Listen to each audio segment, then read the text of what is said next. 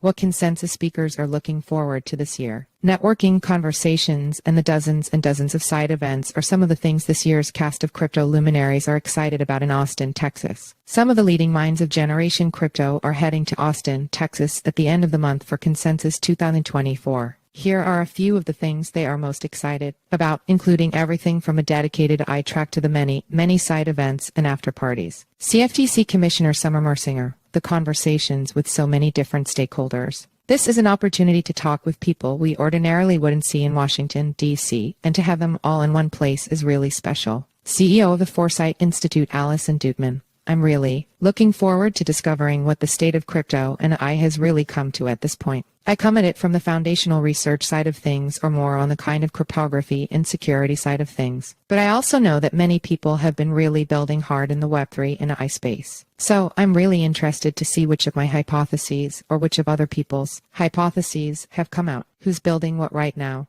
And where are there possible synergies across different products? I'm excited to see what's happening in that space. Alethea CEO Arif Khan, Wilser.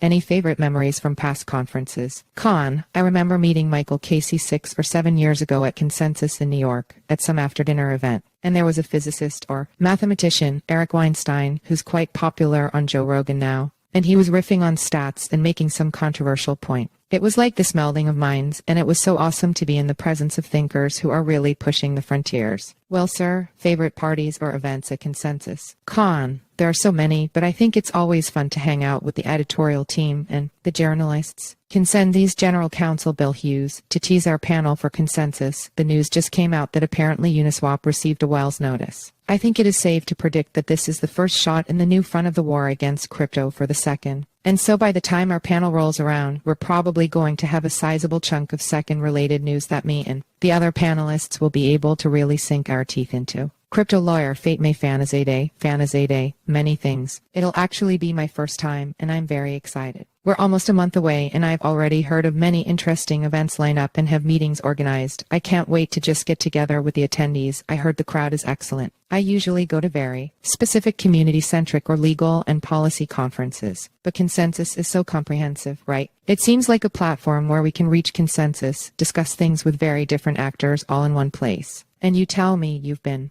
Is there anything I need to keep in mind? Kuhn, actually, there's this programming track called Consensus at Consensus, which sort of like small breakout groups that focus on very narrow but consequential questions. Those tend to be pretty interesting. I've only attended in person twice and basically work like a dog, but Austin is a fun city in general. Fanazade? Yeah, that usually happens at conferences. Shrapple CEO Mark Long. It's a really well-curated conference. I would call it a scholarly conference where the panels are well-vetted. Well, sir, love it and thank you. On a less scholarly front, what's the best Consensus side party? Long, it'll be ours. CCO at the Sandbox game Nicholas Sabastini, many of the panels. I'm blown away by the quality of the speakers that are there. In fact, I wonder what I'm doing there compared to them. Early Bitcoin investor, OTOH, well, meeting Bobby Lee and Charlie Lee again. They both, in their own ways, have been very instrumental in helping me with my crypto journey. Charlie Lee by inventing Litecoin, where I did extremely well, probably even better than I did with Bitcoin.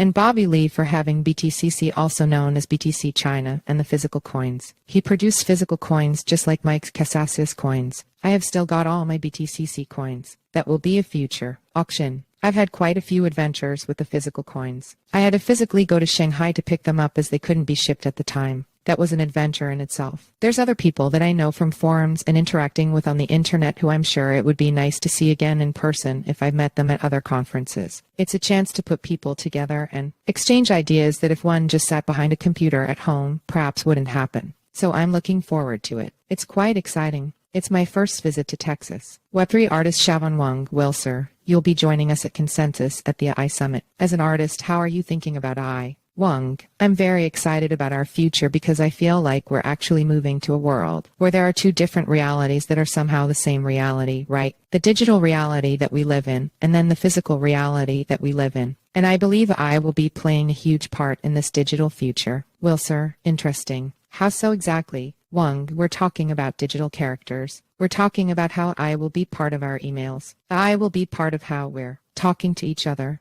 I don't even know what these incredible technology wizards are creating, but as they create and I learn along the way, I can learn and use tools that help support the ideas and artwork I want to create. And I believe that in the future, everybody's lives will be filled with the I, sometimes not even consciously, but it will be the underlying layer in so many things we're doing.